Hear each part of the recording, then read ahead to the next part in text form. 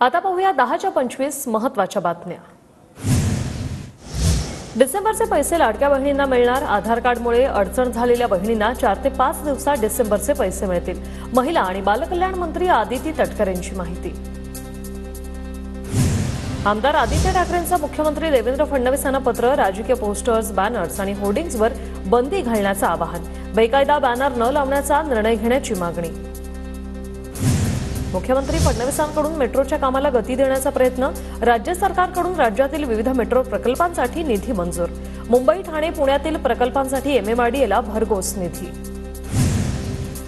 महसूल मंत्री चंद्रशेखर बावनकुळेंना शासनानं रामटेक बंगला दिला। बावनकुळे रामटेक बंगल्याची अदलाबदली करणार असल्याची चर्चा, तर रामटेक बंगला घेण्याची पंकजा मुंडेंची तयारी, सूत्रांची माहिती।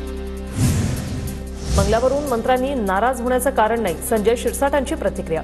तर छगन भुजबळ नाराज नाहीत असं वाटतंय। 2 ते 4 दिवसात भुजबळ पुन्हा कार्यरत होतील, शिरसाटांचं वक्तव्य। मनोज जरांगे उद्या सूर्यवंशी कुटुंबियांची भेट घेणार, तर मसाजोगमध्ये देखील देशमुख कुटुंबियांची भेट घेणार असल्याची जरांगे पाटलांची माहिती। पुण्यातील मराठा कार्यकर्त्यांनी दरेगावात जाऊन घेतली एकनाथ शिंदेंची भेट। संतोष देशमुख हत्या प्रकरणात कारवाई करण्याची केली मागणी। कोणी व्यक्ती एका समाजाची आहे म्हणून त्याची हत्या केल्याचा निष्कर्ष काढणं चुकीचं। राहुल गांधींचा परभणी दौरा राजकीय। राहुल गांधींच्या परभणी दौऱ्यावरून अशोक चव्हाणांची टीका।